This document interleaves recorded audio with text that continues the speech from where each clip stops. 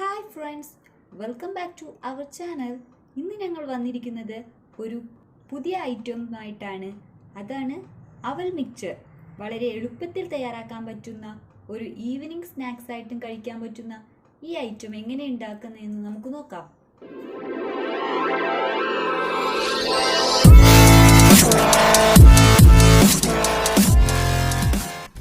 അവൽ മിക്സ്ചർ തയ്യാറാക്കാൻ വേണ്ടി നമുക്ക് വളരെ കുറച്ച് ഇൻഗ്രീഡിയൻസ് മാത്രം മതിയാവും.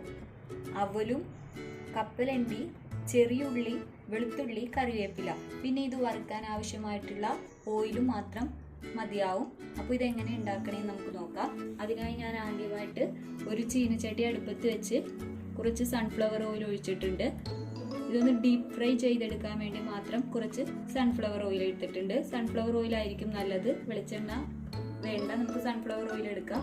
എണ്ണ നന്നായിട്ട് ചൂടായിട്ടുണ്ട്. ഇനി ഇതിലേക്ക് ഞാൻ കപ്പലണ്ടി വറുക്കാൻ വേണ്ടി ഇടുകയാണ്.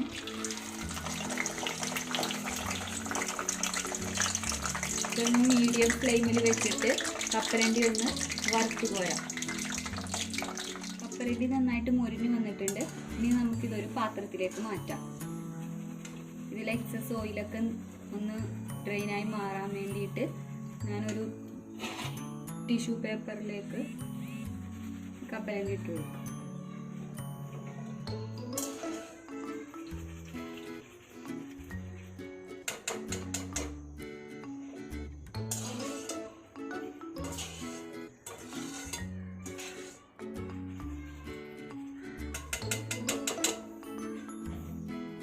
ഇനി ഇതിലേക്ക് നമുക്ക് അവല് വറുക്കാനായിട്ട് ഇട്ട് കൊടുക്കാം.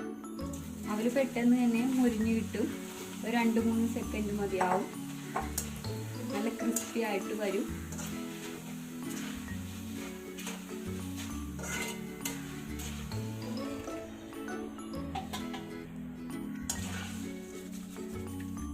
ഇതുപോലെ മൊത്തം അവല് നമുക്ക് വറുത്തെടുക്കാം.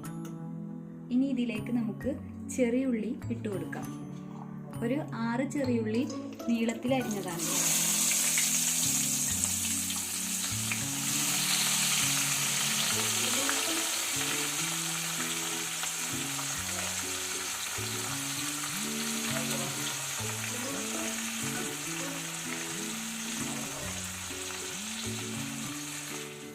ഈ ചെറിയുള്ളി ഒന്ന് ഗോൾഡൻ ബ്രൗൺ നിറമാകുന്നത് വരെ നമുക്കൊന്ന് വറുത്തെടുക്കണം.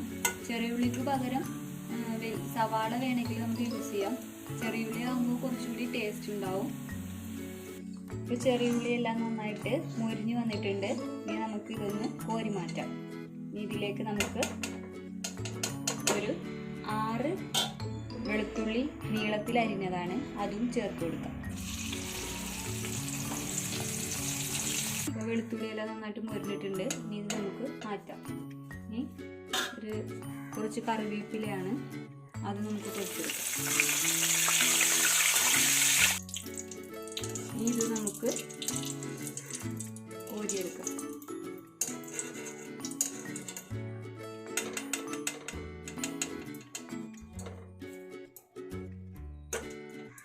ഇപ്പം നമ്മുടെ മിക്സറിന് വേണ്ട എല്ലാ ഇൻഗ്രീഡിയൻസും ഇവിടെ വറുത്തെടുത്തിട്ടുണ്ട്.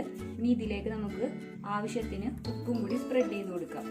കുറച്ച് ഉപ്പ് മാത്രം ഇട്ടാൽ മതി. നമുക്ക് നന്നായിട്ടൊന്ന് മിക്സ് ചെയ്തെടുക്കാം.